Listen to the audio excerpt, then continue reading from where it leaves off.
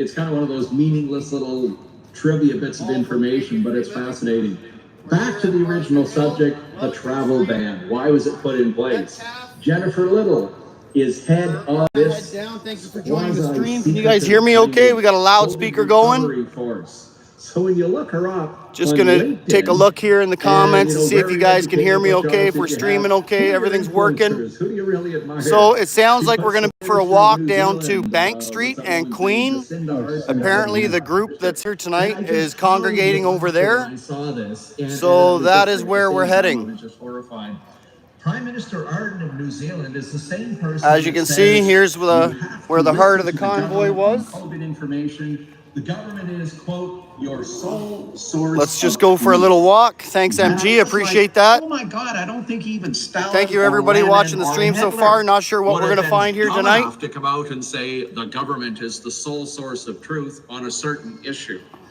But I just thought, wow, we have bureaucrats who openly identify with people like that as kind of their role model. And I guess on the one hand, it doesn't really mean anything. On the other hand, you just... So I've heard there's a congregation with a speaker down here on Bank and Queen. So we are going to start heading down that way. I'm not 100% sure if it's factual or not. One of the freedom fighters that are here that comes every day with that loudspeaker mentioned that the congregation of freedom fighters that are coming here tonight for a picnic are down on Bank and Queen Street.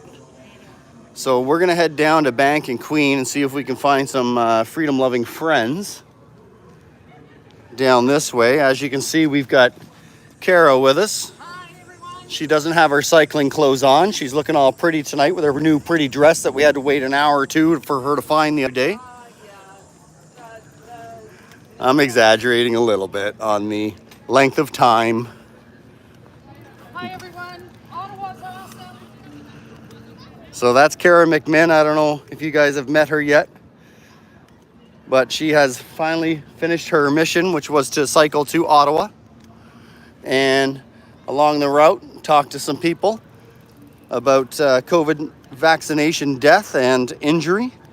So her mission was a success. She was very happy to finally arrive here today, even though she had to listen to me while I was doing some singing on our bicycles for the last bit of the journey. So I'm pretty sure I head down the right way to find Bank. I think it's the next intersection. I brought the tripod, not the gimbal. I wasn't expecting to be going for a walk. So hopefully I'll do an okay job at holding this thing steady. Pretty quiet here so far, which is always a good thing. We're not surrounded by police, so that's also a good thing. Just going to be taking a look down the side street. So this is O'Connor.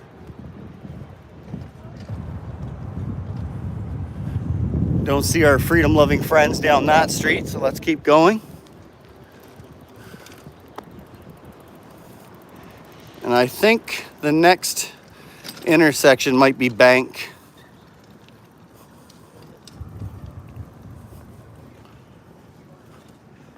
So I know we're expecting to meet Mr. Green Thumb here tonight.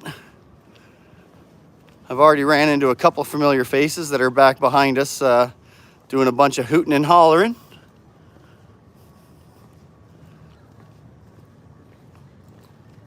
Hopefully we do find where everybody's at, and that would be exciting if they had a speaker.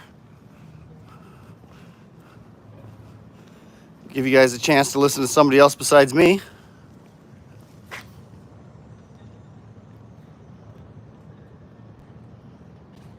Hi Ann, how you doing? Yeah, apparently at 8 p.m. there'll be a march going from the Parliament Hill to the War Memorial. I heard 8 p.m. for that, and then 6 p.m. for my picnic slash potluck. So I heard that was supposed to be at Parliament Hill, but it looks like I had bad information. Did you confirm that's Bank Street? It's Bank Street. Did you confirm there's any freedom fighters down there? All right, well, that's all right. Well, yeah, left. Right, you'd be in the Ottawa River. Uh-oh. Hopefully this doesn't mean we're expecting trouble tonight. Good evening, sir.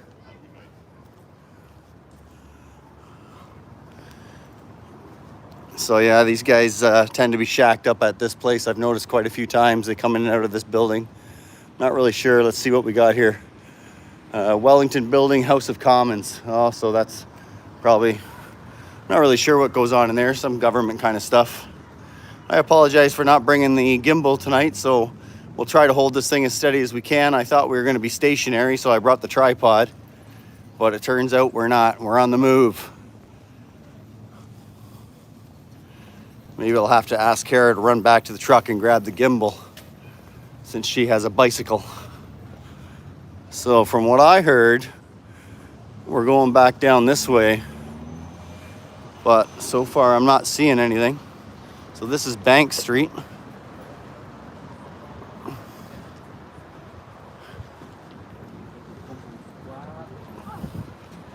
So for anybody who doesn't remember, all these streets were full of vehicles during the Freedom Convoy. And they were also, it was good luck trying to find garbage during the Freedom Convoy, but now there's garbage everywhere.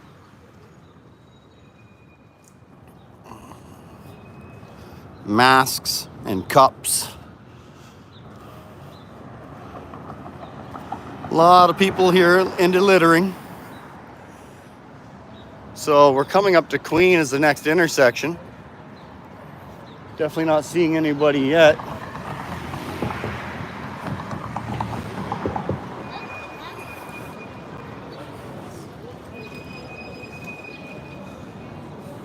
So we were either misled or we missed them already. So if we miss them, I guess we'll just head back to the hill and wait for them. Try to get a decent space between us and the loudspeaker. That's always nice to go for a little walk anyways. It's pretty peaceful here now. It was hot as heck today. I think we basically hit 30 degrees today. So Cara and I were cycling from the campground, which was about an hour and a half bike ride to Parliament Hill. And I've got an interesting video I'll be posting of that later on. Hopefully I skipped the part where I was having a sing-along with myself.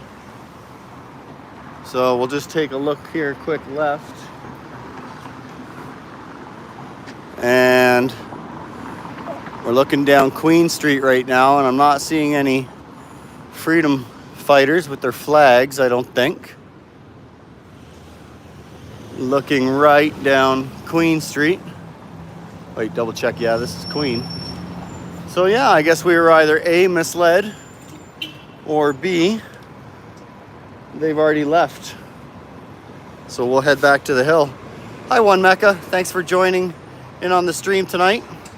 Things are definitely looking tame here. I agree with you, nice and peaceful. We're gonna head back to the hill and basically just get set up and hang out. Hopefully maybe we can talk to some people. So let's go up Queen Street here. Or do you want to go up, well, it looks like Cara wants to go up the shopping district area, so we'll go there. I like to tease her about her shopping because she's brought it up more than once. So, Cara, this was the McDonald's that refused to close. During the convoy, there was only a couple restaurants that refused the government's orders to close.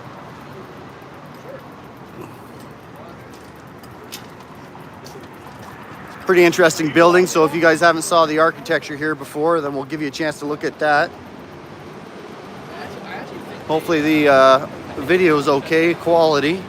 Usually I think they are able to get 720 or 1080p depending on the cellular strength here, so hopefully it's not too fuzzy for you guys. And I guess we'll head down here, which is no traffic and full of restaurants and stuff. Thanks, One Mecca. Appreciate the feedback.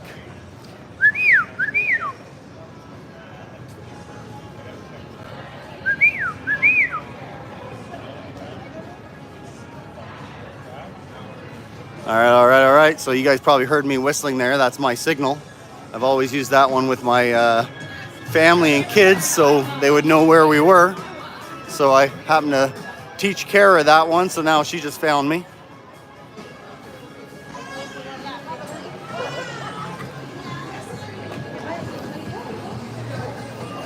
Lots of people are out enjoying a beer tonight after a hard week working.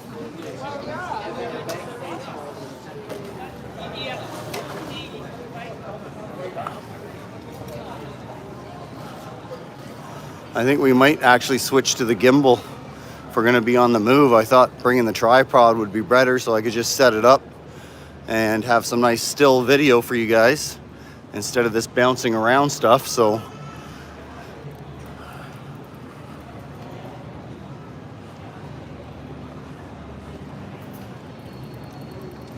just to give you a little recap of what happened today, we woke up basically around, I don't know, 8, 9 o'clock, something in the morning, and got our bikes ready, and it took us about an hour and a half to get here to the hill, a nice leisurely ride along the Ottawa River. And once we got here, we took a whole bunch of photos with Cara and all the buildings. This is her first time visiting Ottawa. So it was really nice to be able to grab some great shots with her and her bicycle in the buildings. And then we ended up meeting Sean, which was a gentleman here that was protesting on the hill. And we've got a nice video of him and Cara having a conversation that I'll post later. He was educating us on the war that is still going on with Saudi Arabia and Yemen.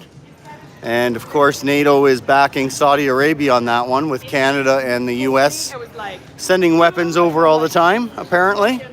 And I haven't had a chance to check out his website with all the information, but it was interesting to find out that so far, since that war has started and Canada and the US have been backing it, there's been about 250,000 dead children so far. And it's anticipated before it's over, there'll be about 1 million dead children. So let's head back up to Wellington Street, which is a left, Cara. I have a feeling we're going in the right direction, though. I've seen a few police, so we always know how to find the freedom fighters by following the police. So we're just heading back up to Wellington Street. Hopefully we're going to find some people to have some chats with tonight. There was already a little bit of violence going on with some people that don't appreciate freedom fighters.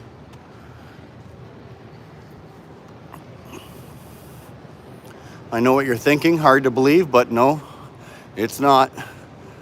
Even Cara yesterday had somebody, once she told him what she was doing, he shoved her card almost back in her face.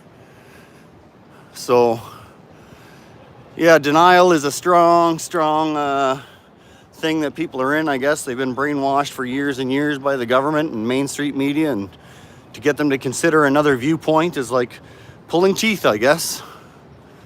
But can't give up, right? Got to keep the fight going. Got to keep bringing awareness to people. All right, well, here we are. There's the big clock tower building.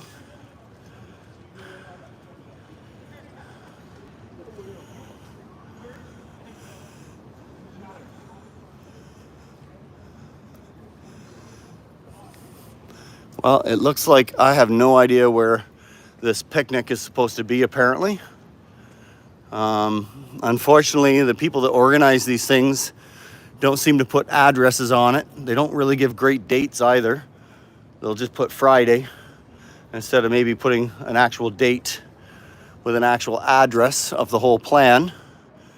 So that makes it difficult for me to get out there and try to help out with a camera, capture a live stream. So if it gets too boring for you folk, I guess I'll just, we can shut her down and just do some video if we do capture anything worth a video. The only advantage to that is it's 4K, which is some really nice picture. The only disadvantage is I like doing live video because it is unedited and captures real life stuff. So I think what we'll do is just kind of set up the tripod over here. There's a couple of freedom fighters dancing around with their flags. And these guys are the hardcore ones that come every day. there's quite a few other people that are just here and around. Actually, I'll tell you what, let's go see if we can find Sean. He said he would try to hang out here. And if Sean's still here, maybe you guys can have a little listen to what Sean has to say, because I really enjoyed talking to him, getting some education from him earlier today. So there's the intersection of Metcalfe and Wellington. That was where the heart of the Freedom Convoy was, for anybody that doesn't know. Oh, we got a fight already. So there you guys go for some action. We got a little scrap going. So this is why we bring out the camera, I guess, for times like this when people get a little too rambunctious.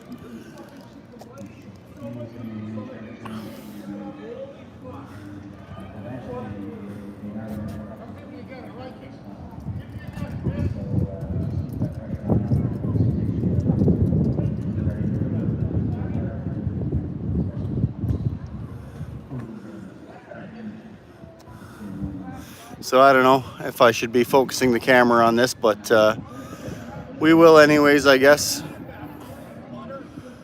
Getting a little bit of drama here. I'm not sure if this is a freedom fighter against a Ottawa citizen or not, but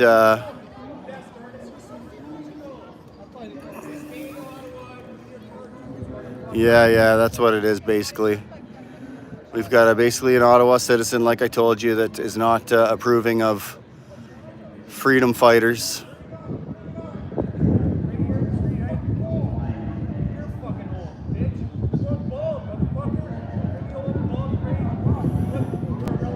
So yeah, as you can see, the audience here is all paying attention to the little boxing match in the middle of the street.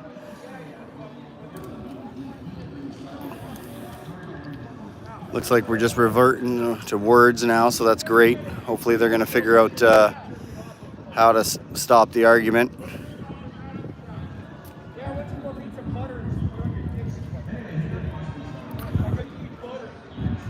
Well, like I said, let's go see if we can find Sean.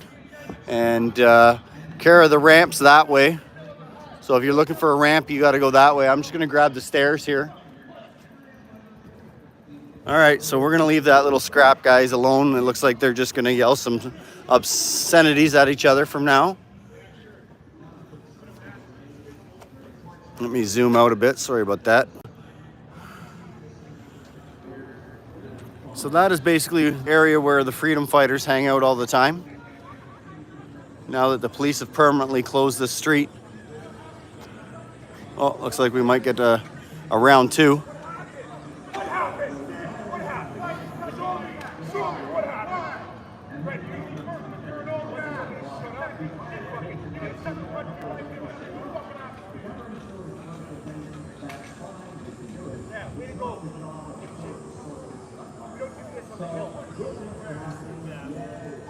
All right, so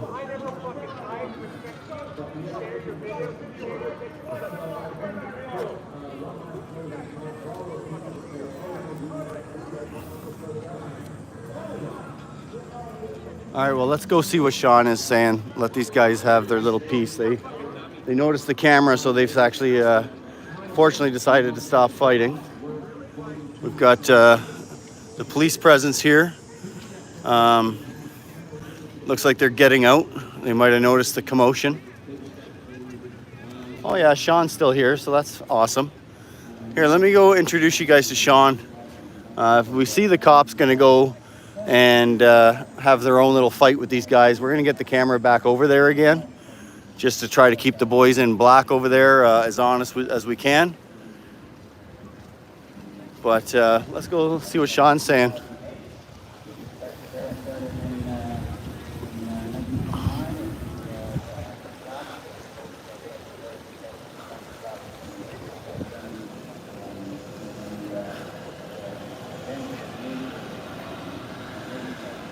Hello, my new friend. How are you doing? We're streaming live tonight. Yeah, we thought we'd come see you again. And just to make sure it was Sean, right? It was Sean, Yeah, good to see you. So I thought maybe I could give you guys a few minutes to chat with the audience and let them know why you're here. Care to do that at all? Yeah, for sure. Any chance I can get you to go to the shade? Absolutely. Just there's some shade right here, Wherever you want and to go, with me. my friend Cara's had a lot of sun today. I've just been in the sun all day, but you know what? When you dress up like a Yemeni person, they're pretty much in a lot of heat. So I dressed right, I suppose, even with this heavy suit. It still was nice and cool for me today. I tell you what, if you don't mind, we're gonna set up the tripod facing this way. Yeah, for sure. There's already been a fight right there. Really? Yeah, we just caught a little bit of a fight on the street, and it looks like the boys in black over there might be thinking about going and participating in it. Oh, really?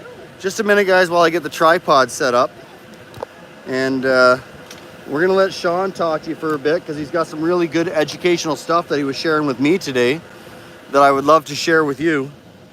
And then hopefully, you know, if you guys want more education, you can go check out on his website and stuff that he'll share with you.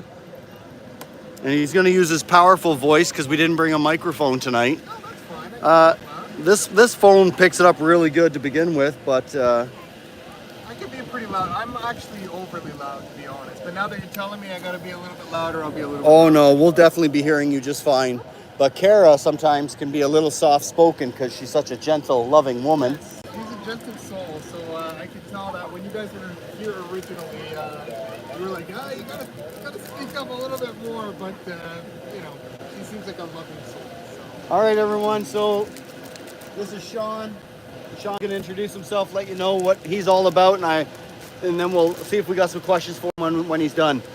You've got the floor, Sean. Thank you. So my name's Sean. It's Sean Roberts, actually, so I'll give my full name. Right now, I'm just asking that people call me just another human being. The reason I'm here, and the reason I'm dressed like this, I don't regularly dress like this, but right now I'm supporting the Yemeni people that are currently under a genocide. It's with Canadian involvement, and just to kind of give a quick backstory as to how this all started. Back in 2014, Stephen Harper negotiated an arms deal with Saudi Arabia for $15 billion. At the same time, the Yemeni government, there was a change in leadership. So basically, the civilians overthrew the government, and Saudi Arabia was like, well, we consider that a security threat. Yemen and Saudi Arabia border right on each other. So that's when the negotiations started with Stephen Harper. Stephen Harper approved the arms deal. And until 2015, it didn't fully go through. There needed to be permits to export the weapons. That's when Justin Trudeau was elected a majority government as the Liberal majority. With that power, Justin Trudeau had the option to nullify the deal by not allowing the weapons permit to go through, and he allowed it to go through. So right now I'm not really pro-liberal or pro-conservative. I actually condemn both of their actions. And currently, with the help of Canadians, with all of the arms that we're supplying them, at this point since the war started in 2015, up until today, over 250,000 Yemeni children under the age of 5 years old have died as a result of the war of the Saudi-led coalition. So Canada is directly involved.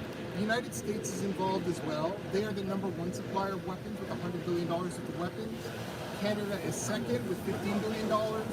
And France and Britain are 3 and 4 with about $2 billion worth of weapons each that they're supplying as well. I'm also here to advocate for Bill C-11. And Bill C-11 is the online streaming bill that is going to affect how data and information is provided to the Canadian population. So currently, at this moment, Bill C-11 has been rushed through the House of Commons by the Liberal NDP coalition. Just to make it clear, when you went to the polls to vote for, in the federal election, to vote for who should be Prime Minister, we all voted for a minority Liberal government. That's what we voted for. The results showed of our electoral process that we voted for a minority Liberal government. What has happened is Jagmeet Singh and Justin Trudeau decided to have some backroom talks and have a backroom deal, and the NDP has now agreed to support anything and everything for the Liberal government. So right now, they have usurped the Canadian legislative process, or usurped the electoral process. Our vote basically does not matter to them, and they formed a majority government anyways. And that is to keep Justin Trudeau in power until 2025. Honestly, I'm a little disappointed in Canadians that we actually, not that we supported it, we didn't support it, but that we didn't protest it, because it's not what we voted for. If we voted for a Liberal majority and somehow it became a Conservative majority, we should be upset about it. Right now, we voted for a Liberal minority, and basically we have a Liberal NDP majority party, which it's not what we voted for. It's basically making our votes useless, and it's something that we need to speak out against. So right now, regardless if we're I just, in addition to the Yemeni issue, another thing that I'm advocating for, and I'm just to make it clear, I've been a programmer for 20 years. I'm in information and technology, so I understand Bill C-11 very well. What Bill C-11 is it's to give the CRTC control and basically allow them to prioritize and deprioritize Canadian content. Now, what is Canadian content? I don't know. You know why? Because Justin Trudeau has refused to provide the policy directives that he's going to give the CRTC. He was grilled in the House of Commons. Jagmeet Singh was grilled by the Globe and Mail. I don't remember the reporter's name, so I apologize, but he was grilled by the Globe and Mail and also the Canadian Press. And he had no answers for why there were secret amendments put into the bill. So what the NDP Liberal majority is doing with their power is they're adding secret amendments into the bill. They're not making them public. They're doing it in secret. And they're pushing it through the House of Commons. Now, right now, it's with the Canadian Senate. Just to make it clear, they tried to push through Bill C-11 last year. It was previously known as Bill C-10 last year. They failed. They pushed it through the House of Commons, but the Senate rejected it. And right now it's with the Senate again. It's in its second reading. And I'll be honest, guys, in the second reading, it's just one step away from becoming law, in which a channel like you're watching right now, Canadian Free Living, can be completely deprioritized. Instead of, prioritizing Canadian Free Living, they could go, you know what, we're going to prioritize CBC and make them the top YouTube product to watch. And as far as Canadian Free Living, we're going to put them at the bottom of the barrel. Even if your interests are fully with Canadian Free Living, they can still say, you know what, screw him, I don't really like him, I'm Justin Trudeau, I'm going to talk to the CRTC and say, get rid of this guy, get him out of here, put him at the bottom, make sure he doesn't get any more followers, I don't want to hear from him again. Make CBC popular, I'm funding them, I want them to do better. And another example of what they could do with Bill C-11 is, in the next election, if they could prioritize and deprioritize what can be seen on the internet, and that means like prioritizing what's in your database, so prioritizing what's in your YouTube, what's in your Twitter, what's in any social media, your Facebook newsfeed, whatever, they could basically just go, you know what, okay, we're having a Liberal election, let's prioritize the Liberals, let's make the Liberals up here. I want to make sure everybody can watch and see what the Liberals are doing. Anytime anybody opens YouTube, if they're Canadian, make sure that they're seeing the Liberals are great. Justin Trudeau is great. Look at his hair, isn't he amazing? He did some amazing things for Canada. And you know what, as far as the Conservative, maybe Pierre Poilievre or even Jagmeet Singh, even though he's helping them, or like whoever's in the Green Party, let's just put them at the bottom. Let's let nobody see them. And guess what? If we have like 50 or 100 million views for the Liberal Party and we have 50,000 views for everybody else, I think we're going to win that election. And that's the power of what they could do with Bill C-11. So, guys, I really ask, and I'm going to give out my website. My website is www.justanotherhumanbeing.com. Just to repeat it again. Yeah, it's www.justanotherhumanbeing.com. humanbeing.com. And on this website, I have a bunch of videos explaining and summarizing what I'm talking about. It will summarize what's going on with the Yemeni people and the Yemeni conflict, Canada's involvement. I sum that up in 5 minutes. What's going on with Bill C-11, I also talk about another bill called Bill C-36. I sum that up in 5 minutes as well. I wanted to make it as simple as possible for people to understand what's going on. And on top of that, I've actually designed a campaign in which we could fight C-11 together. Basically on the website, I have a section called Digital Call to Arms. In that section, I have put in all the Canadian MPs' emails, all of the senators' emails. I have also created a subject line and an email body. What I would like for you to do is if you go to the website, please go to the section called Digital Call to Arms. It's in the menu, click on the menu, you'll see Digital Call to Arms. Please go there. Follow the instructions. All you have to do, copy the distribution list, put it in an email, copy the subject line, put it in an email. I also have a body for the email as well with what to send to the members of parliament. Put that in the email and send it off. It will take 2 to 3 minutes. I made the instructions very easy to understand. What I'm hoping to do is that if enough of you speak out, if enough people are like, I've had enough, you're not controlling my information. You're not going to prioritize whatever is in your best interest. You're not going to deprioritize whatever I want to watch. If that's what you want, if you want to fight back, if you want to make change, I'm asking that you go to the website, follow the instructions, send out the email, and if enough of you email, we can create an electronic storm, a digital storm, however you want, a digital revolution, maybe a digital movement, however you want to word it. If enough people send emails, I've also CC'd myself in the distribution list, so I will be aware of how many people send emails.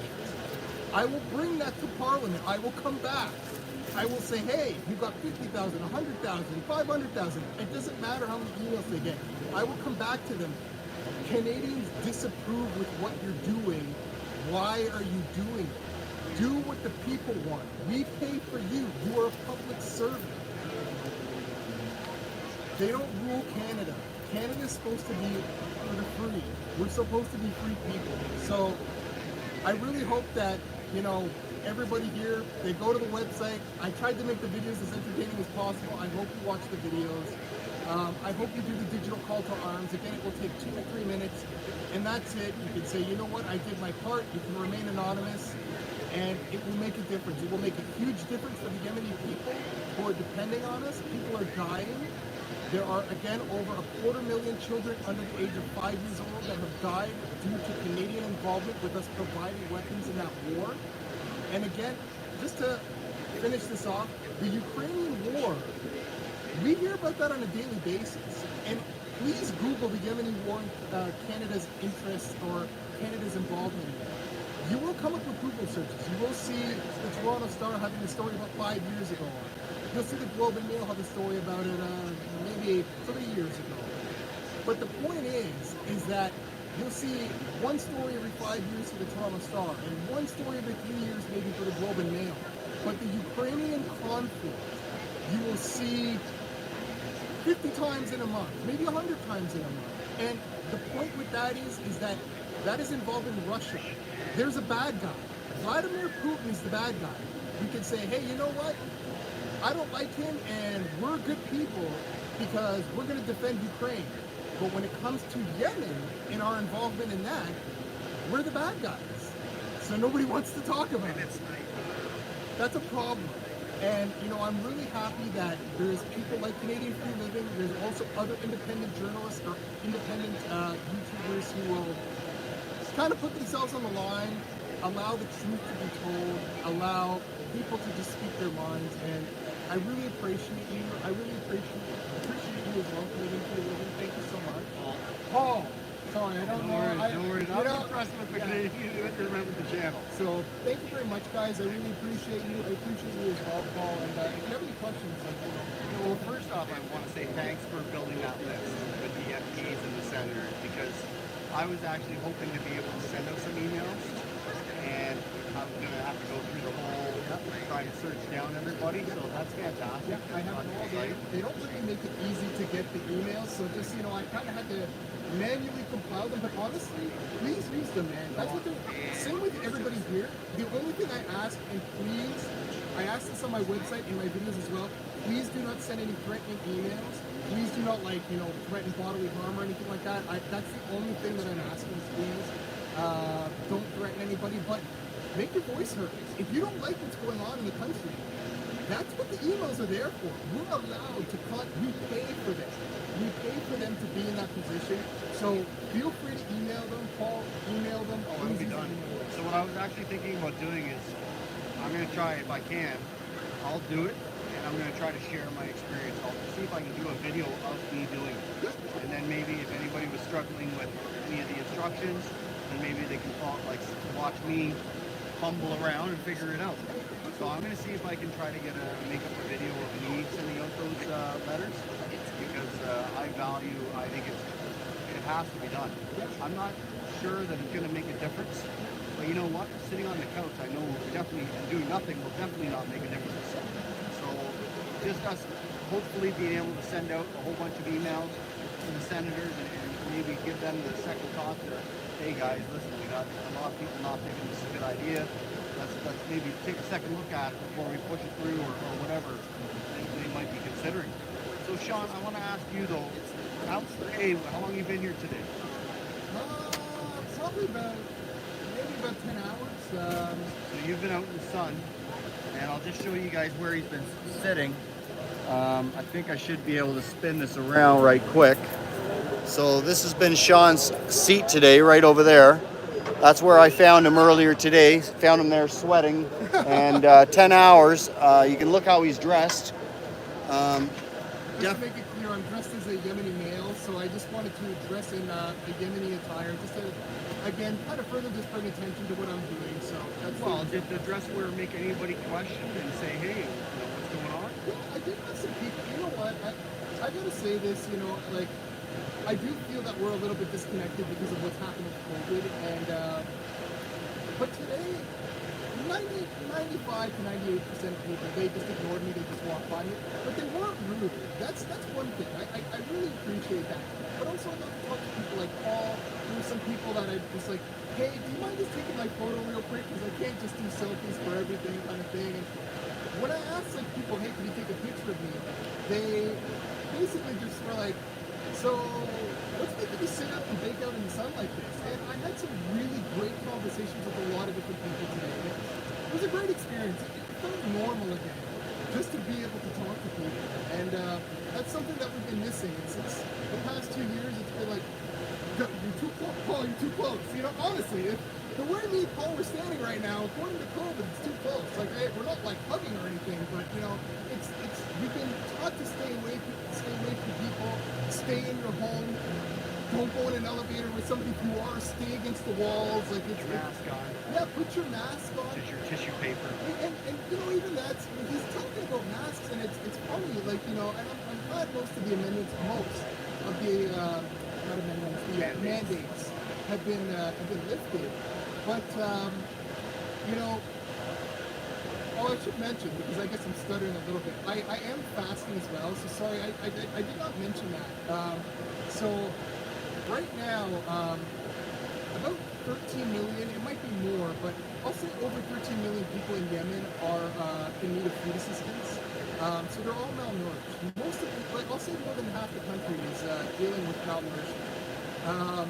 I'm going to be fasting for the next 7 days in solidarity with the Yemeni people to bring attention to what's going on. So I was kind of just lucky to run into Paul, that he just decided to come by. I'm kind of just trying to post things online or whatever, but Paul, this is a really great help, so I really appreciate it. But you're welcome to save and share these videos that you're in and use them in any way that might fit your purpose. I will. I'd be happy with that. I was mentioning earlier that Cara and you were able to have that conversation. I do have about a 15-minute video that I'll be posting probably tonight or tomorrow, and that'll be, we can touch on a few of those subjects today, but on this conversation. But Sean, so first off, if anybody's got a question for Sean, then feel free to throw it in the chat room. Sean, when did you first get off your couch and feel like you should start fighting for people that you've probably never even met before, I'm assuming. I don't think, do you have any personal involvement with Yemen? I don't have any personal involvement with Yemen, but I have a friend, or have a friend, who's been affected by the mandates. And I have friends who've lost their jobs. And that's what started it off for me, is it didn't affect me. And I just want to make that perfectly clear.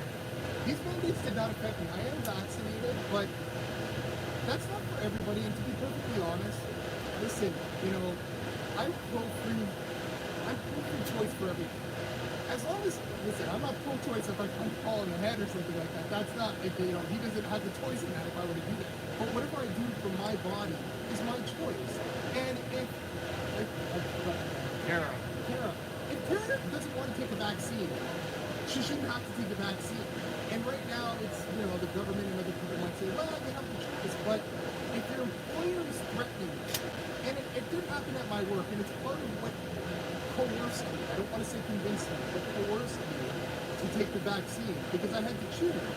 I had to choose whether to get fired or to take this vaccine and still support my child. Sound like free choice to me. It's not a free choice. People can say it's free choice all you want, but it's not free choice. So basically I was, lose your living and lose your house, lose your car, lose everything, or just take the shot and do everything else we say, and you can keep your job, and you can keep your car, and you can keep your house, and it's not much of a choice. Like, I mean, there's some people I know that really stuck to the guns, and they're like, I'm going to lose my job, and that's where I kind of became more of an advocate for this isn't right. You shouldn't. When did our employers have the rights over our bodies? Like, it's not even the government. It's like, when did our employers say, you do this or you're fired? That's insanity to me. And, we talk about what an economic turmoil we're in.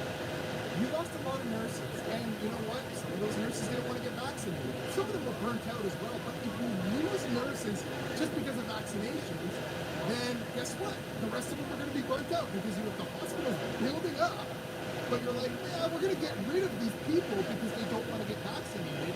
It's going to cause even more stress in the healthcare system, and nurses are going to get burnt out. They're going to quit. They're going to go on stress leave, and our healthcare system is a mess right now. It's an absolute disaster. And I just kind of paused to give you for a little bit. It's a little longer than I thought you were going to give me, so I appreciate it. No, we appreciate it. I appreciate the conversation. The more people can hear besides myself, besides Cara, the more conversation that happens, the more we might be able to get somebody out of denial. Like if I run around and try to talk to people, you think they're going to hear me? But then if you have 100 people talking to them, well, they might hear them. Or if you've got 1,000, they might hear them. So no, I thank you for coming out, stepping away from the norm, which this isn't the norm, I'm sure. I'm sure, again, I'm sure, people look at me and they think that I'm crazy, or maybe this guy, like, just don't talk to me. I think there were some people that completely avoided eye contact with me, and I get it. I'm not like, we get it as well, don't we? All the time. That's not even a bad thing. Like, it didn't bother me, as long as people aren't rude. And, I'm sure that there were some people with Cara that were probably extremely rude, probably said some nasty things to her. I'm sure Paul, I'm sure things like that have happened to you as well, where, on occasion. Yeah, people just like, oh, you support this? Well, F you or F that, or, like, really nasty things, whatever they can say to attack you, I'm sure they do it. I usually get, oh, you're one of those. And, there's nothing wrong with being one of those, by the way. But you know what? In the end, we're all Canadians. That's the big thing. We're all Canadians. We're all Canadians. We need to treat each other with respect. It's funny because worldwide, we're known as a polite people, as a kind people. And lately, I've never seen the country more divided in my entire life. I'm 41 years old. I've never seen this country in a worse state, where people are anti-vaxxers versus vaxxers, left versus right, liberal versus conservative. Everybody's at each other's throats. And, if you're on the opposing side of, like if Paul's right and I'm left, me and him can still talk. Like, that's what I would like for us to get back to is, Paul's an individual, Cara's an individual, I'm an individual, and you know, individuals aren't meant to agree on everything. We're actually meant to have disagreements, and it's how we handle those disagreements that shows our true character as people.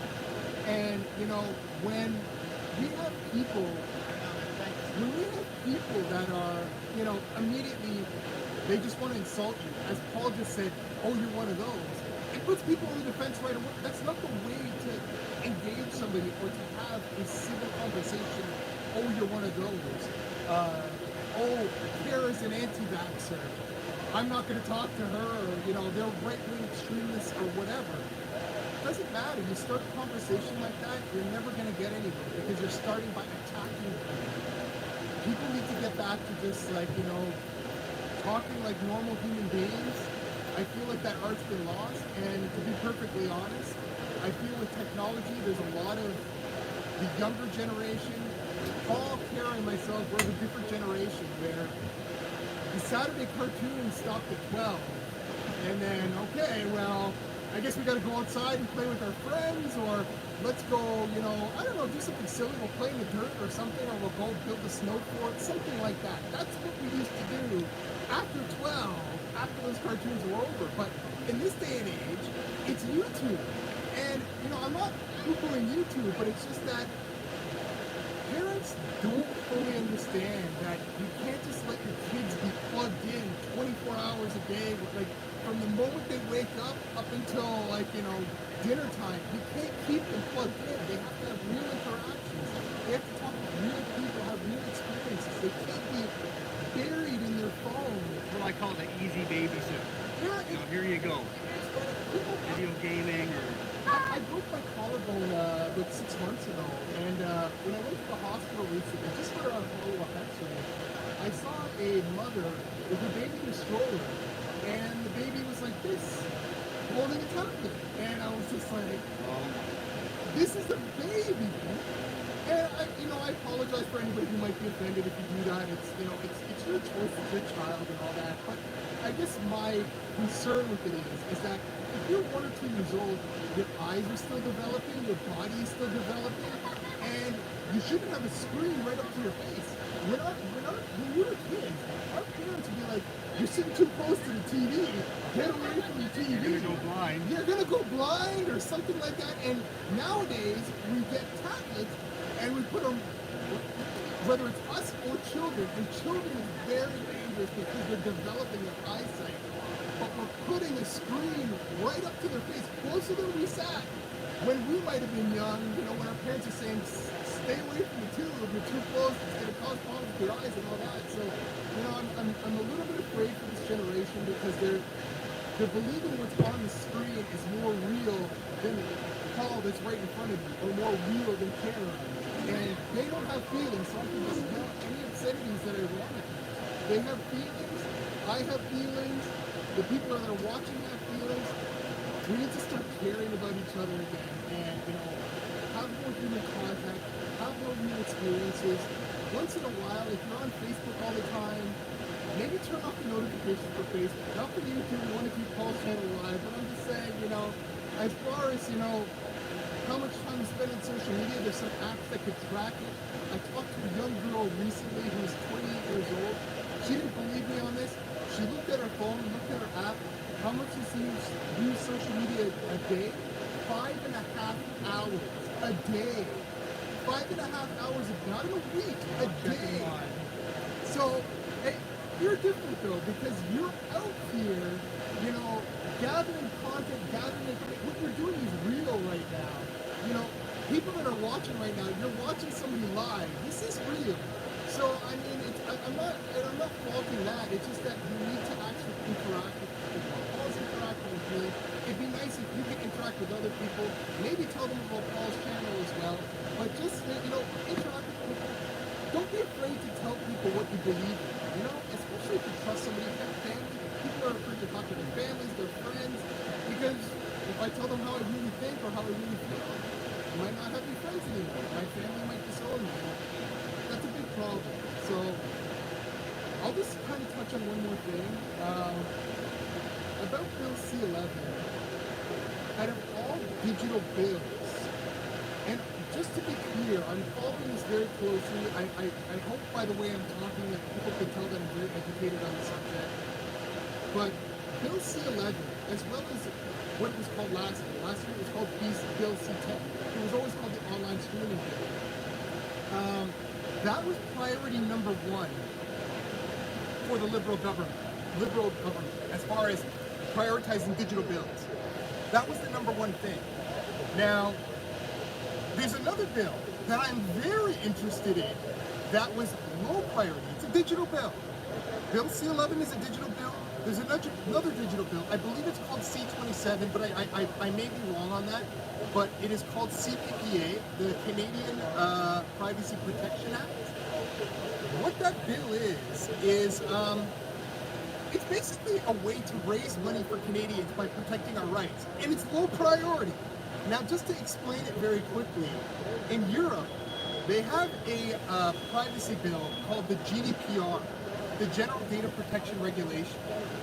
What that bill does in Europe, in the European Union, is if, let's say Amazon, which now currently has the highest fine out of GDPR fines, if Amazon is caught violating your privacy, so if they, let's just say, are tracking what you're doing on the internet or something that's against the privacy regulations of the GDPR, then that country could fine Amazon. And just so you know, Luxembourg, I believe in 2019, maybe 2020, they fined Amazon through the rules of the GDPR for 746 million euros. I believe that's the amount. It could be a little bit higher, a little bit lower, just on the million scale, but it was about 746, I believe. That's about $1 billion Canadian. Now, Canada has this bill called the CPPA, the Canadian Privacy Protection Act. It's generally the same as the GDPR, but we're not prioritizing it. And the problem is that we're in an economic disaster right now. If you're having problems affording food, if you're having problems affording your rent, if you're having problems affording gas, this bill could put money back into the political system. It can help lower taxes, it can help with the cost of living crisis, it can help with the healthcare system, it can help raise money for all of these things. And the bill that we're prioritizing, and when I say we are prioritizing, it's not we. The bill that is being prioritized by the Liberal government, by the NDP Liberal government, majority form government, is that they're forcing through this Bill C-11 that does not help us with our economic recovery. It doesn't help us with anything. The only thing that it helps with is they're saying that it will prioritize Canadian content. That's what they're saying, but they're not releasing what they're going to do with the bill. They're not releasing the policy directives. They're keeping all of that secret between the Liberal and the NDP coalition. They're not sharing it with the Conservatives. They're not sharing it with the public. If you come to my website, I actually have a video of Jagmeet Singh doing a press conference, and there are two different reporters. One reporter from the Globe and Mail, I am sorry, I forget her name. There was another reporter from the Canadian Press by the name of Sarah Ritchie. Both of them grilled Jagmeet Singh during this press conference. He looked stunned that they were going to ask him this question, but they said, why did the Liberals make dozens of amendments to Bill C-11? And why was it done in secret? Why was these amendments not put forward towards the whole House? Why didn't the whole House get to see it? And Jagmeet Singh did his song and dance of, this is what I think of Bill C-11 and this is why I support Bill C-11. And then she followed up and she said, but why was it done in secret? Why do you support this being done in secret? And he gave the same answer. He didn't answer why it was done in secret. And then Sarah Ritchie, she did a follow-up question and said, you know, hey, Jagmeet, you didn't answer the question. So, you know, if you don't mind, can you answer the question and just like tell us, why did you support the amendments in secret? Why was it not made public? And again, he dodged the answer and he said, I want what JB kept alluding to is that I want Canadians to have a choice. I don't want Mark Zuckerberg to have the choice. And neither do I, to be honest, but we need to have the choice. Canadians need to have the choice. And I explain that in my videos, how Canadians can have the choice. I won't go into too much, it depends on how much time Paul has or whatever, but I won't get into it right now. So here, I pause there then for just a second. So yeah, we got some feedback that we needed to speak up. So we did do that. I do have a mic, but unfortunately, if I turn it on, I have a feeling it'll actually mute this and I'd have to restart the stream. So we'll look at that. So I just want to share with you guys that are on right now that basically in 2 hours, let me rotate this. So we got good news. In 2 hours and 16 minutes, there's going to be a sound and light show here tonight that might be interesting. So we're going to try to keep the stream going and hopefully keep you interested until then. But I haven't watched this Northern Lights show. It sounds like it might be pretty cool. But I'm just going to go ahead and read some of the comments that people have been having with you. So let's go all the way back here. So number one, all the way back to One Mecca, get the mic closer and also, yeah, get the mic closer. Yep, so we can hear everybody now. Casey was saying about electing a Trudeau government. I'm not sure what that was in context to because we weren't here watching the camera while you're speaking. Someone else, Melanie, was shouting you out some thanks and praise. Melanie was saying hello to Paul and Cara and talking with you, saying coercion is not freedom. The safety was not guaranteed, making coercion a crime. And I'm probably pronouncing that word wrong. I believe you pronounced it right. So coercion being a crime, when especially like you said, Melanie, about it not being effective, not even being close to having the effectiveness. You're absolutely right. And then Casey was mentioning in 2015, Trudeau said, "You won't recognize this country." 2019, he said, "Look what we've done. We're moving in a different direction." And yeah, he continues to do that. And yes, now they can hear us better. That's good. Melanie was saying good questions that you were bringing up and insistence on some of the things you were talking about. So that's awesome. Thank you. Thank you, Melody. And can Steph was asking for your website again. So this time maybe come a little closer to the camera and just give it nice and slow and detailed. Yeah, sure. So Steph, my website, it is www.justanotherhumanbeing.com. I'm a human being, so again, justanotherhumanbeing.com. Just to spell it out, it's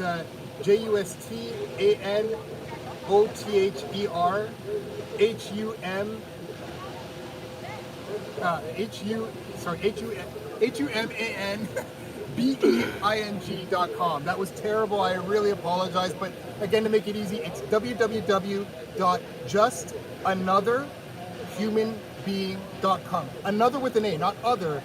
Justanotherhumanbeing.com. So please go to the website. The interview that I talked about with Jagmeet Singh, that will be posted on Sunday. So that is not up on the website right now, but I do have a lot of videos on the website, videos that go into our involvement in the war in Yemen. Also what's going on with Bill C-11.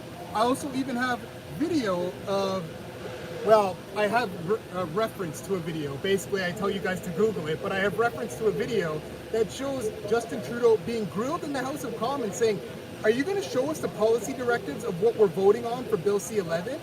And he completely dodges the question, avoids all responsibility. And honestly, guys, we need to hold them accountable. Just to make it clear again, because I was away from the microphone earlier, but on my website, there is a section called Digital Call to Arms. I have illustrated a way in which all of you can make your voices heard to the Canadian government. Please share this information. On the website, I have all of the email addresses of all the members of parliament. I also have all the email addresses of all the senators as well. What I have done on my website in a digital call to arms is I'm calling on Canadians to go to the website, copy all of the distribution emails, copy that, put it in an email. I have a subject line ready for you. Copy that, put that in an email. I have an email body written for you. Copy that, put that in an email, and send it off. It will take 2 to 3 minutes. If you do this, you will make your voices heard. The email is specifically asking us to sanction Saudi Arabia the same way we were sanctioning Russia for the war in Ukraine. So we should be sanctioning Saudi Arabia the exact same way for the war in Yemen. As well, what is addressed in the email is Bill C-11 for it to be dropped immediately. And it also addresses the control that the Canadian government is trying to take over the internet. Please make your voices heard. Please send out these emails. We have a country full of children who are dying in Yemen that are depending on us. We have a future generation of Canadians that are depending on us where their content can be prioritized or deprioritized. And this will also affect Paul, it will affect this channel, it will affect your YouTube feed, it will affect all of your data feeds. If Bill C-11 is passed, it will affect all of your data feeds, YouTube, Twitter, Facebook news feeds, everything. They will be able to prioritize whatever they want. Instead of seeing Canadian Free Press on YouTube, the government could prioritize CBC. Hey, we're giving $1 billion in subsidies to CBC. Let's prioritize them. And Paul, we don't give a SH whatever, you know what I'm saying? We don't care about Paul. Put him at the bottom of the list. So, you know, it could also be used in elections as well. Think about that. It can be used for the electoral process. We have the Liberal majority. It was voted a minority, but they formed a majority with the NDP. If they get this power, and there's a new election that comes up in 2025, because that's when they're going to be supported to, the Liberals could be like, hey, you know what? Let's prioritize our Liberal campaign and prioritize it right up here. And Pierre Poilievre and Jagmeet Singh of the NDP and whoever's going to be in with the Green Party, let's put them all right down at the bottom by my feet so I can step on them. Basically, we could have the Liberals going, hey, guess what? Because we're prioritizing only our content, we have over 100 million views by Canadians. And the Conservatives, NDP, and Green Party combined, and the PPC Party, I'll add them in there too, they're not bad. You know, we add all those people in, and we only 50,000 views. 50,000 views for the rest of them, but 100 million for us. So I think we're going to win this next election, guys, in a landslide. We can't allow them to manipulate the electoral process. We can't allow them to manipulate the internet. Please, again, go to my website, justanotherhumanbeing.com. Go to the digital call to arms section. Please send out those emails. If you want extra information, please check out the video section. I will be updating the videos. I will be adding more content onto there. I've worked very long and hard on these videos. I've done a lot of research for many months on this subject. It's very dear to me. I am a programmer. I've been a programmer in information and technology for over 20 years. I understand the internet very well. I understand this bill very well. And it's not good, folks. It's not good. If you have children, if you're worried about the future generation, you can't let this bill go through. Please speak up. Please send out the emails. Please do whatever you can. Anything you can do, even if it's sharing the content, I would really appreciate it. Thank you so much.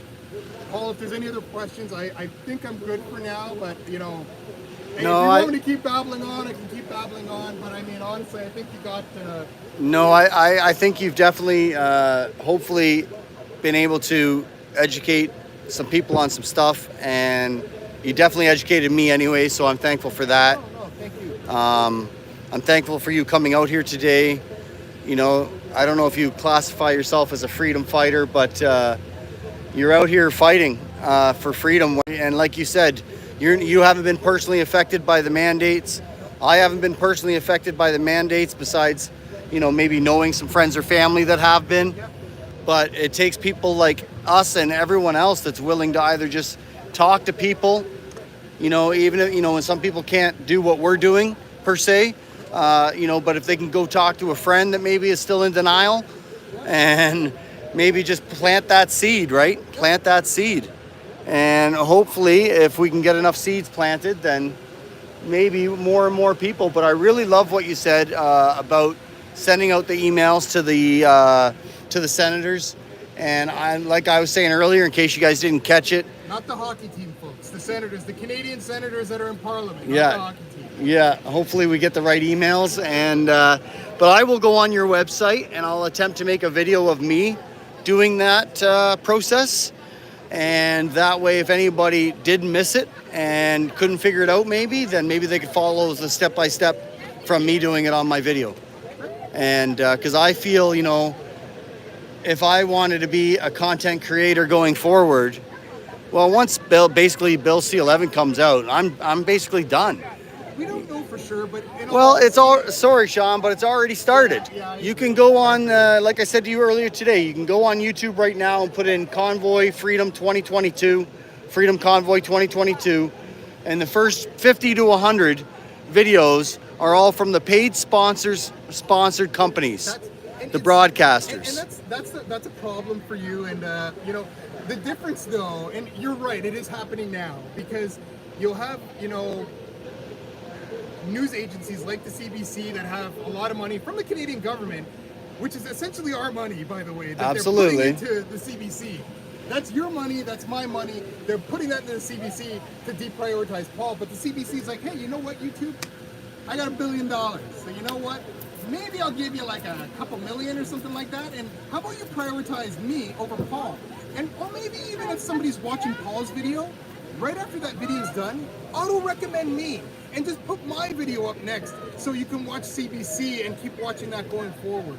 That is a problem right now, but what I don't want, that's already a problem, but I don't want the government to get involved as well. It's already bad enough with big money playing a part in it. I don't need big government, we don't need big government playing a part in it and prioritizing their agendas. If Trudeau makes a mistake, like again with this war in Yemen, or if he makes some sort of boo-boo or what, blackface maybe, something like that, we don't need to have him, you know, going, hey, you know what, this is really embarrassing and everybody's hating me right now, so can we deprioritize what people are hating me about? And how about we prioritize, like, you know, this ribbon that I cut for this new building that's opening up. Let's prioritize that. And won't that look good on me? So we can't have the government controlling the internet. It's bad enough for Paul that big business is already controlling it to a certain degree. So hopefully things change.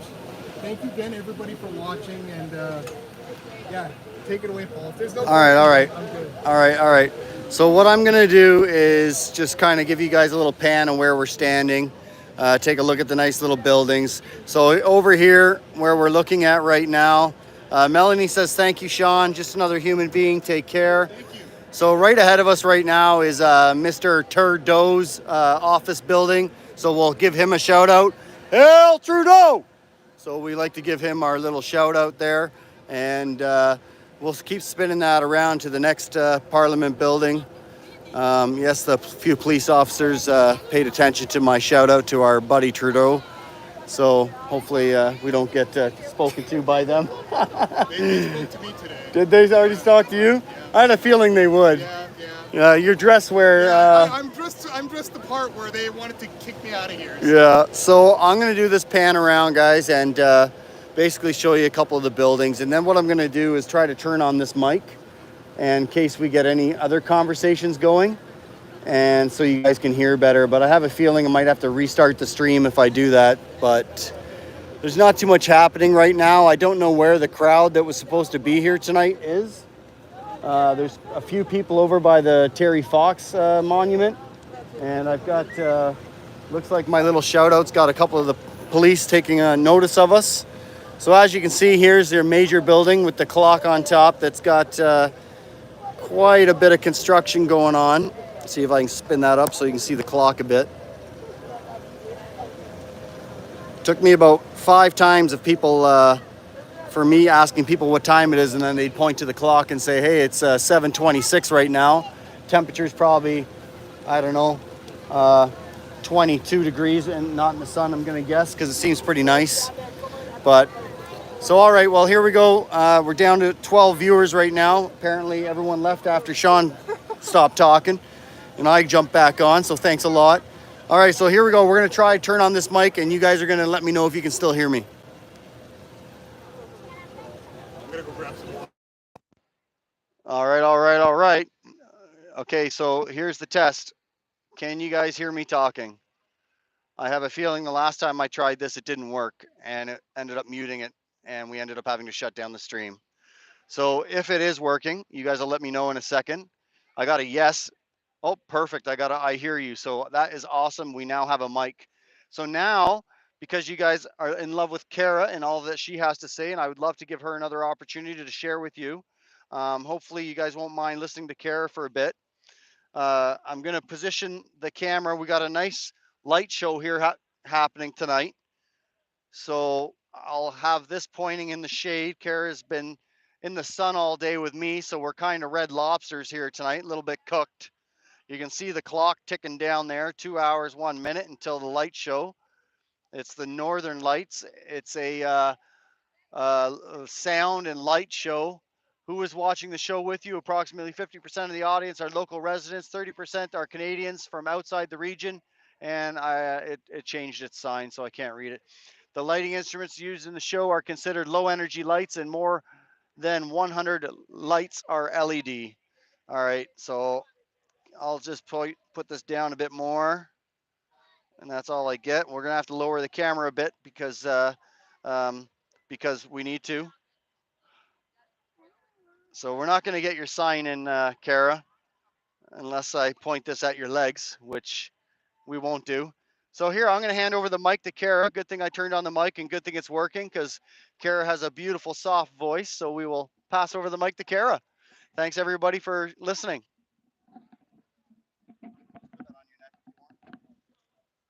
Okay.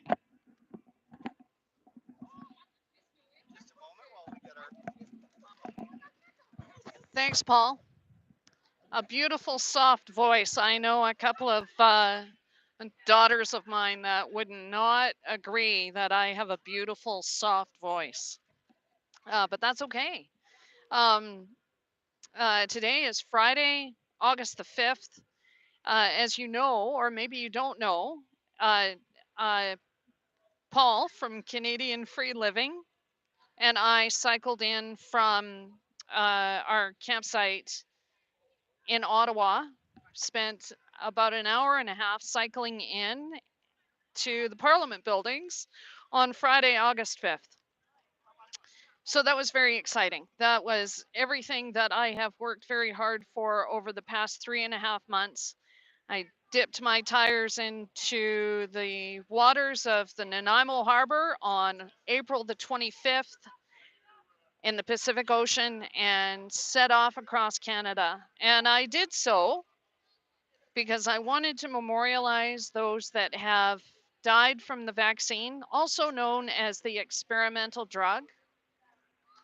And I wanted to throw some support under the heels of those who have been injured and, in fact, are now surviving the experimental drug, also known as the COVID-19 vaccine. I'm very passionate about this. I feel very strongly that those that are injured from this vaccine need all the support that we can give them. That this is an opportunity for us to come together as a nation, as a province, as a community, and as a family to make sure that we are caring for one another, whatever the circumstances are surrounding your injury. And I have quite a few examples of that, which I can get to after. For now, I want you to know that let's see. So during the course of my bike ride across Canada, I had one dog bite, one bout of heat exhaustion, one bald tire on the rear of my bike. I shredded the platform of my cargo trailer and it needed to be reinforced. That happened after 2,000 kilometers and had somebody come and help me out with a little repair for the floor of my cargo trailer that was in Portage la Prairie in Manitoba.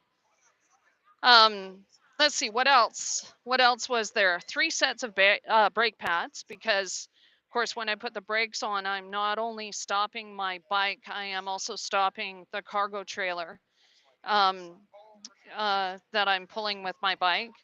Um, oh, and count it, after 4,000 kilometers, count this, only one saddle sore, I'm very pleased to tell you. And I have not had any chronic injuries. I fell off my bike twice. Um, uh, and so I've done very well. For somebody who used to be a long distance cyclist as a young person, decided that this was a thing that I could do at the age of 60. And in fact, muscle memory is alive and well in this body. And here I am. Now here I am. I made it. Ottawa, the capital city of Canada, and so here I am at my destination. And and now I have Canadian Free Living and viewers who are along for the ride, and you guys pop on and um, hear about my this endurance event and some of the tales that I have to go along with that. This morning, after we departed from our campsite and took the bicycle path along the Ottawa River, I was talking to you about just exactly, hi, come on through.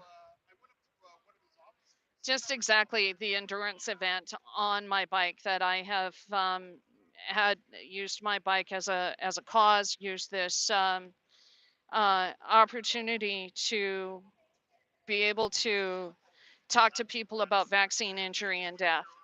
And I have to tell you that I welcome the opportunities that I've had with people who don't agree with me. I am comfortable with their anger. I am comfortable with people that reject me because we differ in opinion. Nothing has come to harm. I'm have had no threats or anything like that. I have done very well, but I can't change any minds unless I start talking to people about the reality of what people are dying from in this nation. I can't if I don't go out and talk to people, then I'm not going to get anywhere. So I on the one hand, it's wonderful to have rallies and to speak at events where people support me and give me a tremendous uh, outpouring of affection, and obviously I need that and I appreciate that. Um, it just gives me more oomph for me to be able to speak in a public square, go to a park, and talk to people about, for instance, Jasmine. So here's a good example. Jasmine is a 17-year-old. She was injured. I believe she was injured last fall. She comes from New Brunswick. You may have heard her already. She has been interviewed on Rebel News, and she has been what I consider a hero. So when people come to me and say you're very brave, Cara, and you're a hero, Jasmine is a young woman whom I believe is a hero. Somebody who is now bound to a wheelchair, suffered neurological damage as a result of the vaccine.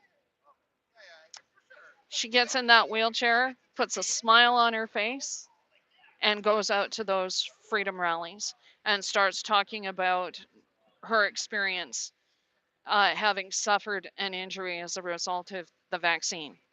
Um, these are the heroes. Jasmine is the reason why I decided it was important to cross the country by bicycle and begin to draw awareness to injury, debilitating injury across this country. Lisa, the RN in my hometown, also experienced neurological damage in her vaccinated arm. She is the reason that I very much want to support and encourage her, as and in fact this is exactly what she's done, has gone out and spoken to other individuals about her experience with a vaccine injury. again, uh, if I can inspire you to do a thing, it would be to get out there and begin to speak to people concerning their injury that they have suffered. They're individuals sometimes who are ashamed, and we meet them. They're on our block. They're no longer walking their dog down the street during the time when you normally see them out walking their dog, and they've suffered a heart attack, or they have number one vaccine injury is loss of energy and brain fog. To begin to talk about the overwhelming, consistent presentation of symptoms that we are seeing in our communities, this is in fact something that we can bring up in conversation. If you need a conversation starter, you can talk about, well, did you hear about that 60-year-old woman who rode her bike across Canada to did you hear about that? Um, you can use me as a little bit of a news source, and we can have those opportunities to engage people in conversation about death and injury. I'm just giving you some examples. I'm certainly, when I get back to my hometown and my comings and goings up and down Vancouver Island, I'm I'm in no way going to stop talking about this now. I'm going to get busy and join me, um, because I am as inspired as I always have been. Even when I was still in the Rocky Mountains trying to climb up a hill, or getting pounded on by rain in the Okanagan, I'm good. I am certainly not gonna stop uh, educating and bringing this issue to the forefront. That's what I've got going on. I'm facing the wrong side of the camera. I know that there are comments and questions and things like that. So I'm I'm gonna switch around to the other side of the camera and see if I can find out what you guys are saying. I'll be right back.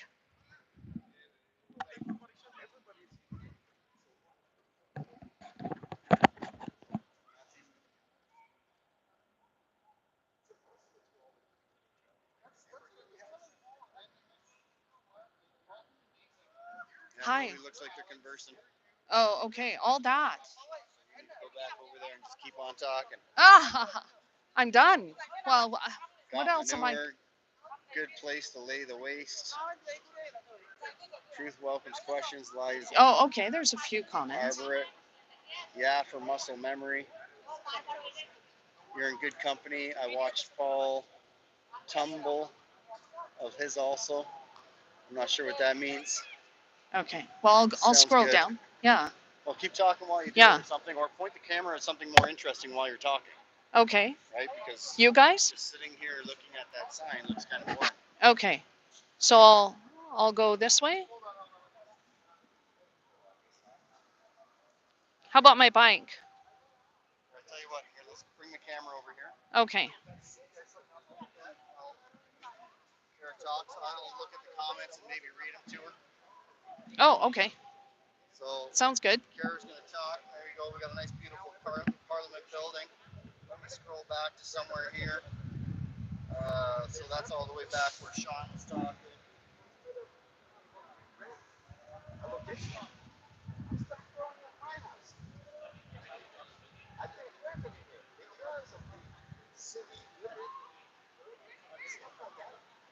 So got manure? Question mark? Question mark? Question mark? What was that about? I Momzilla was asking. Momzilla was asking. Well, I don't know. Something about when I first got on here. Somebody said I think you said I had a soft voice, and I said I've got a couple of daughters that might disagree with that. But no manure. So I thought we were going to be having a whole bunch of freedom fighters here tonight, but so far all we have is tourists.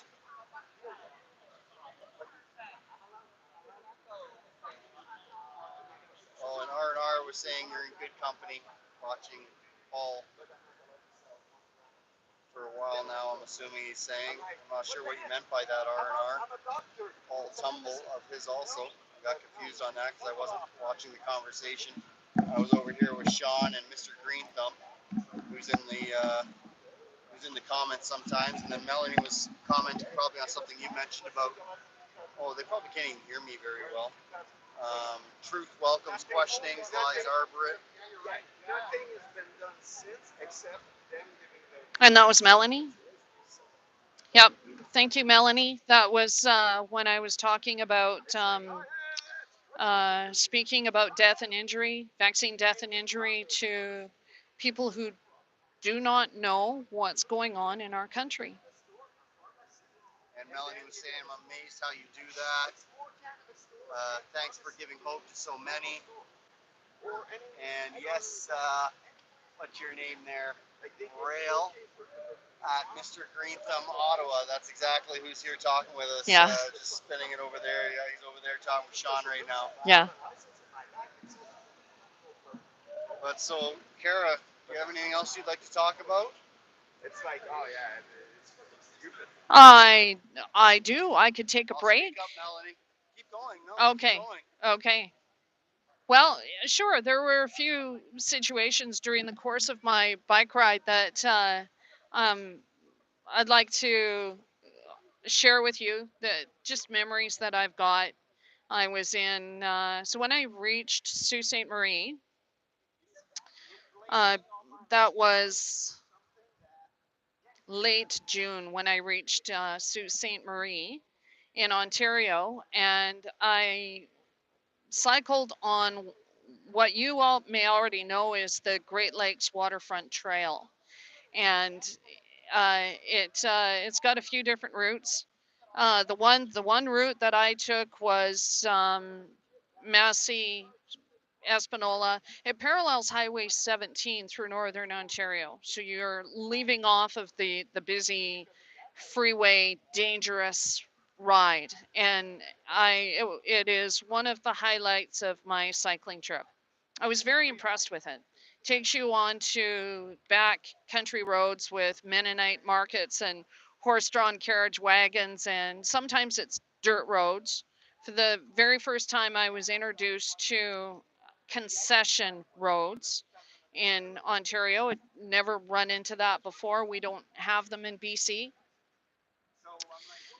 Um, anyway, so it's a bonus when you run into something of a corner store. It's got everything from steak and cheese and flip flops and fishing tackle.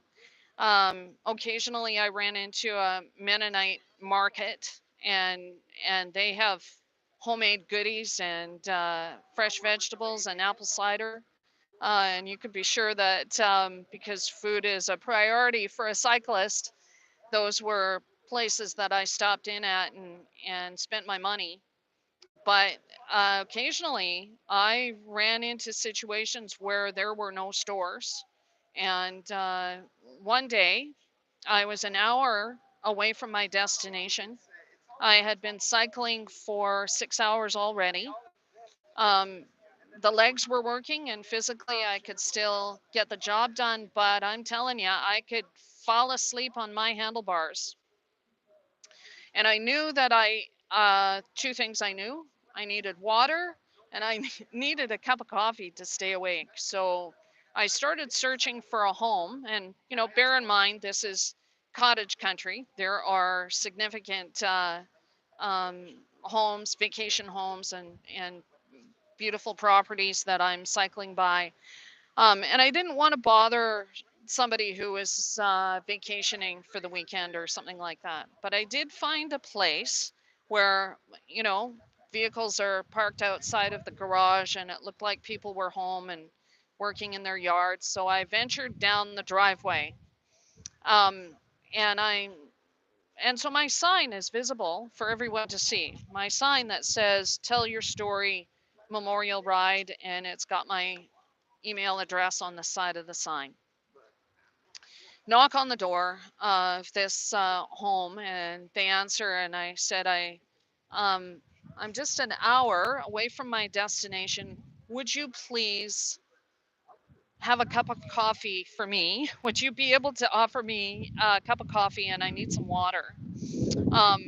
And this woman was on top of it, and she brought me coffee and water and fruit, and sat with me and had some conversations about the cycling ride, and then she asked me about my sign, and I told her what I was doing. I am cycling to memorialize those who have died from the vaccine, and and to support those that are injured. And I could tell right away that this was a concern for her, that in fact she is a person who's vaccinated, and that she has some ongoing anxiety.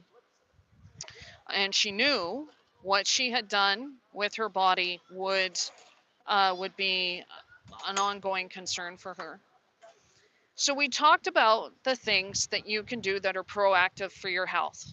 And um, in terms of accessing uh, a naturopathic doctor, uh, putting together a vitamin regime so that you can begin to look after your immune system.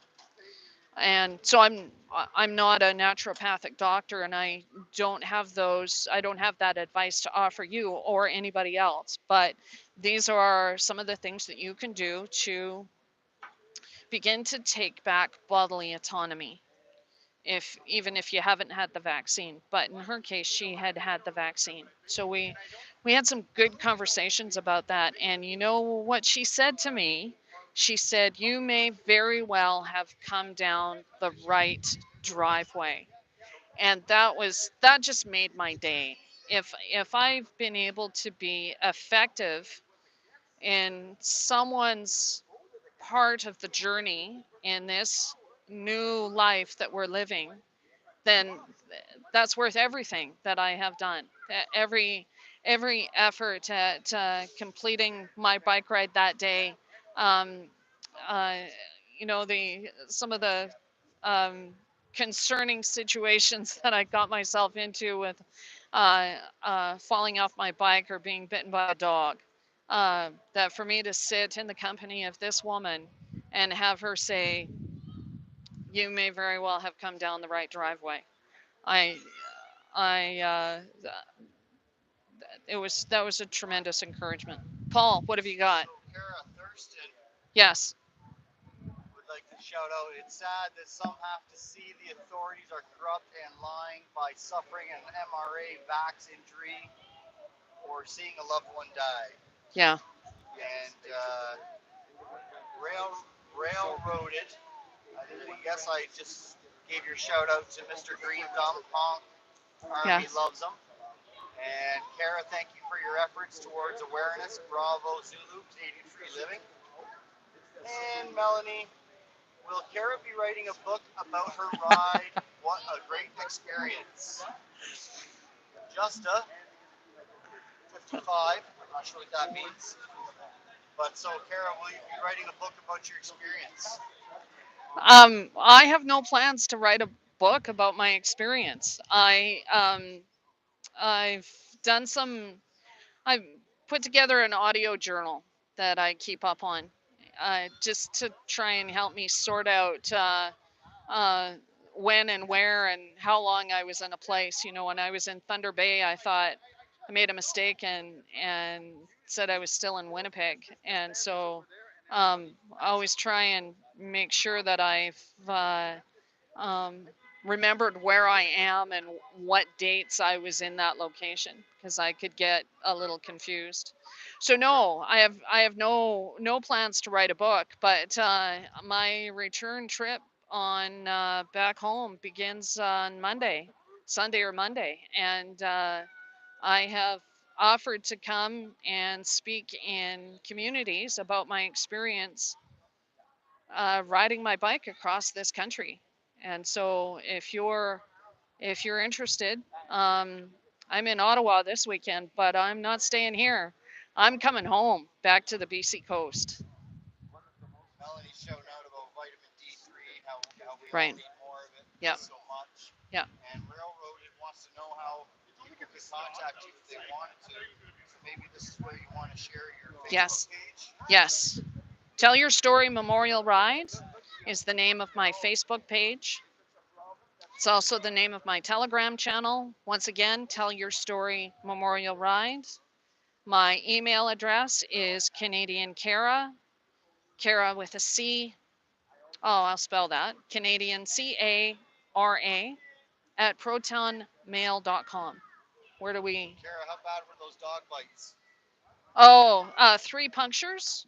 I got off my bike to go and slip one of my leaflets under the wiper blade of a truck, and I didn't see the dog. And the dog was chained, but I was still within the radius of that chained up animal.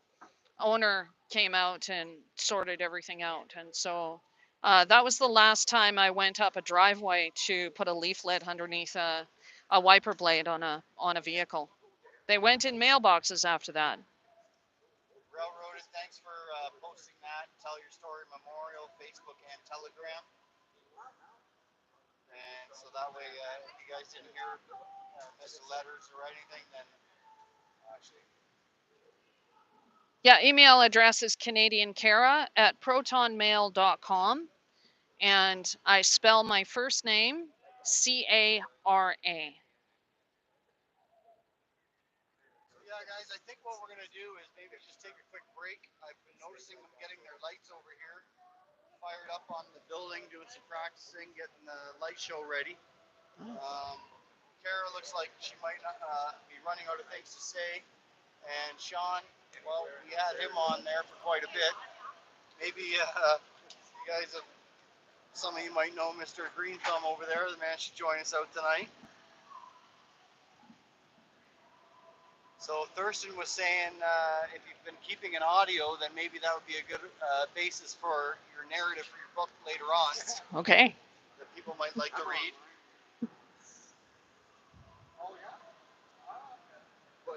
Thank you, Thurston. Possibly.